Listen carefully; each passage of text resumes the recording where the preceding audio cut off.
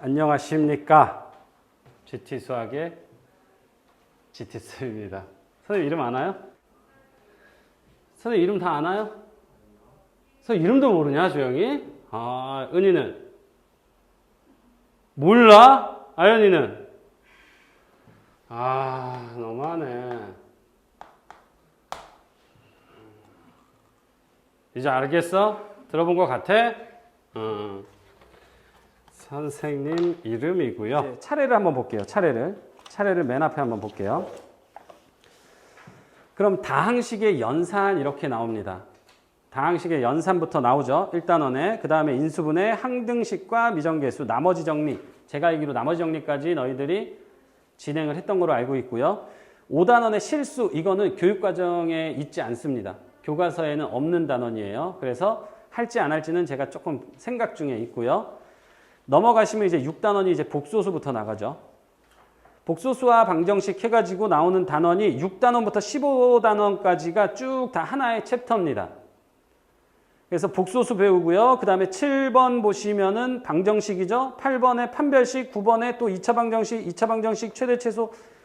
그 다음에 3차 이것도 방정식이죠. 연립 방정식이죠. 그 다음에 14, 15는 부등식이죠. 뭐 낯선 용어는 없어요. 그치? 그러니까 방정식과 부등식에 대한 얘기가 쭉 나옵니다. 그래서 앞에서 1단원부터 4단원까지는요. 항등식에 대한 얘기가 나오고 그 다음에 5단원은 실수고요. 6단원부터 15단원까지는 뭐니? 방정식과 부등식 여기에 대한 내용을 다 다루고 있어요. 그럼 크게 따지면 두 개밖에 없는 거야. 물론 여기에 이제 6단원이 이제 복소수라는 것이 처음 보는 걸 거고요. 요게 이제 하나가 딱 추가되는 거고. 그러면 고1 상과정이 이거로밖에 안 돼 있느냐? 아니야. 사실 여기서 이제 도형의 방정식이 하나가 더 있어야 돼. 그래서 이제 뭐 좌표 평면이 나오고요. 직선이 나오고요. 원이 나오고요. 그 다음에 뭐 이동이 나오고요. 평행이동, 대칭이동. 요거까지 나오는 게 수 상과정이야. 근데 이 정석은요. 여기까지 끊어놨어요. 여기까지 끊어놓고 얘를 하과정으로 넘겨버렸어. 그러니까 우리가 이 책을 보기 시작한 이상 하과정도 이 책으로 봐야 돼. 그래서 이게 상과정의 전체 내용은 아니구나 라는 것만 조금 기억하시고요. 그럼 이제 도형의 방정식이 나오고 이제 하과정으로 들어가잖아요. 수 하과정으로 들어가면은 너희들 집합 아직 안 배웠죠?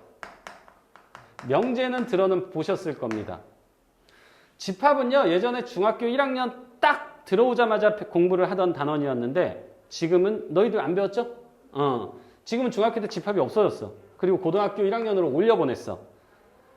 그러니까 막 더하기 빼기도 안 되던 코 찔찔 흘리던 중학교 1학년 아그들한테 집합이라는 것도 가르쳤으니까 뭐 그렇게 막 너무 어려운 거나 그러지는 않을 거고요. 물론 고등학교에도 집합을 배웠었기 때문에 뭐 조금 내용이 좀 심화적으로 들어가는 부분이 있습니다.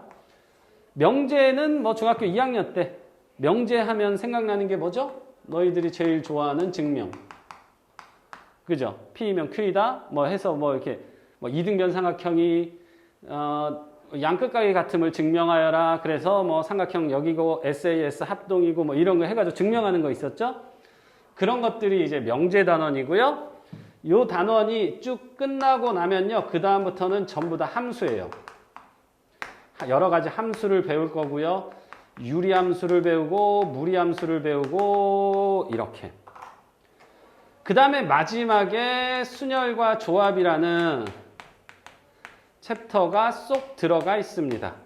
이 순열과 조합은요. 경우의 수야. 경우의 수. 주사위를 던졌다 몇 개의 가지수가 나오냐 뭐 이런 거.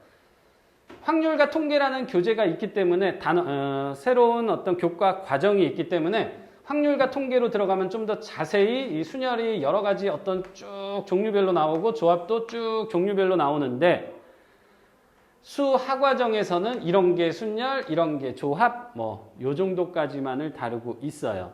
그래서 요것들이 고등학교 1학년 때 배우는 상과 하의 과정입니다.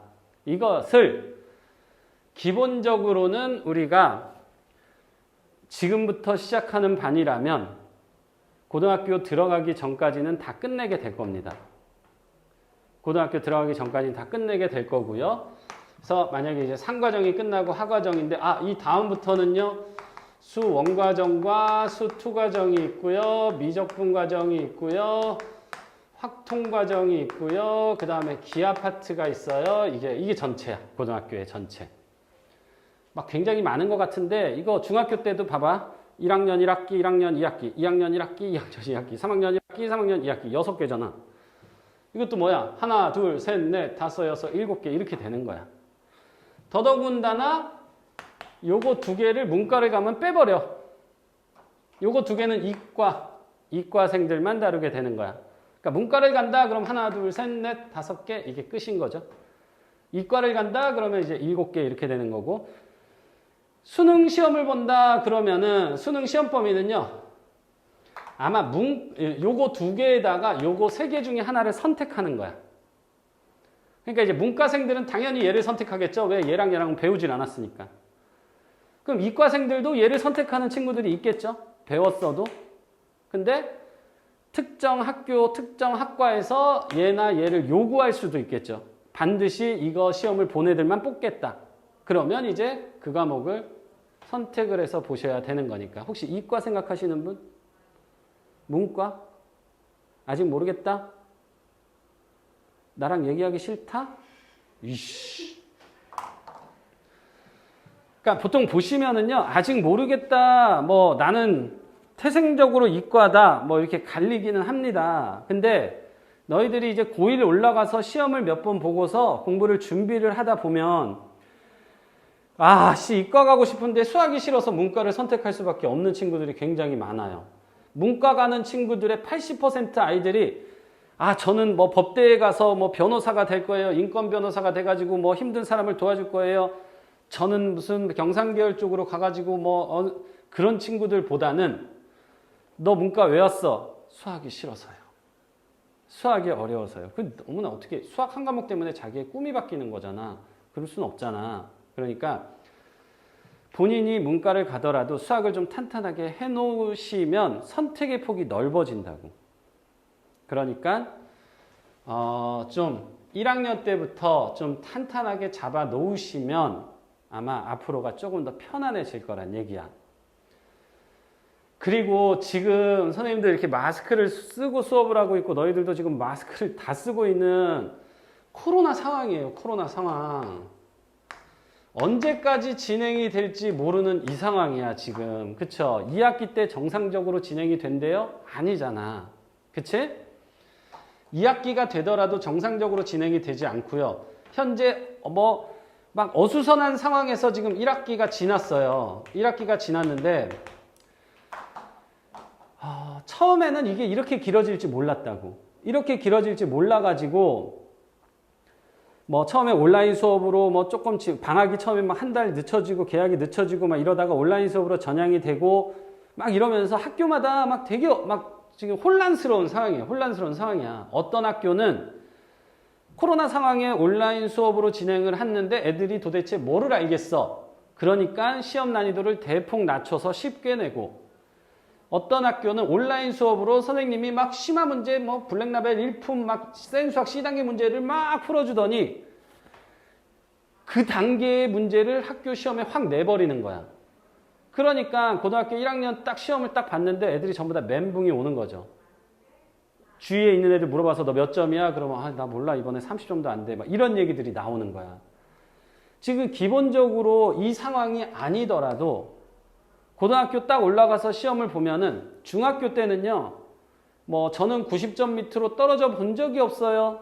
선생님 저 실수 하나 해가지고 중학교 때 전부 다 100점인데 한 번만 96점이에요. 이랬던 친구들도 기본 20점씩 다 박살이 납니다. 어설프게 공부를 했던 학생들은 다 작살이 나는 거야. 왜? 중학교는요, 저도 중등부 수업을 해봤었거든요. 정말 특별하게 막 어렵게는 학교도 있기는 해요. 근데 이 동네에는 없어, 그런 학교가. 그래서 단원 1에 봤자 1단원, 2단원, 2개 단원을 가지고, 그쵸? 중학교 만약 요즘에 1학년 시험도 안 보죠. 3학년 기준으로 따지면은 무리수, 인수분해 해가지고 중간고사. 2차 방정식, 2차 함수에서 기말고사.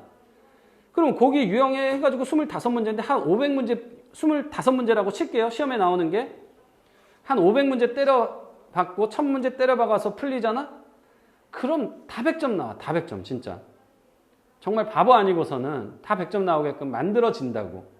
왜? 그것만 달달달달 외워서 가니까. 문제는 그거를 내 거로 만드는 아이가 있고 시험 딱 끝나고 돌아서서 나오자마자 똑같은 시험지 줘도 100점 못 맞는 학생들이 있다는 얘기지. 그러니까 그 순간에 이렇게 맞춰가지고 수학을 어떤 포괄적으로 하나의 어떤 이렇게 덩어리로 만들어서 나한테 이제 몸에 확 들어와 있지 않으면 요거 공부해가지고 100점, 요거 공부해서 100점 싹 까먹고, 요거 공부해서 100점 싹 까먹고 이랬던 친구들은 그랬던 친구들이 80% 이상이야. 100점 맞은 친구들 중에서도. 선생님이 판단하기에 그래요. 그런 친구들은 이제 고등학교 가서 이제 예전에는 3월 달에 모의고사를 봤어요. 3월 모의고사를 봤는데 이 모의고사는 중학교 전 단원이야. 1번부터 30번까지 있고요. 수능하고 똑같은 시간 배점과 유형으로 나옵니다. 수능처럼. 그러면은 요 시험지를 딱 보고 나면 애들이 딱 갈리거든.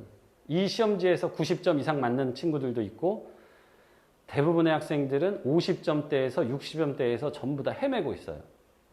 그게 이제 스타트 실력인데 요즘에는 3월 모의고사가 없어졌어. 이제 저는 이제 좀 뭐 준비를 수업 시간에 한두 번씩 뭐 시켜는 볼게요. 어떤지는 너네들이 알아야 되니까. 그래서 이게 처음에 문제가 뭐냐면 고등학교 1학년 딱 들어가서 중간고사를 봤는데요. 내가 그전에는 막 96점, 100점 이렇게 맞았는데 어쩌다 보니까 72점을 맞았네?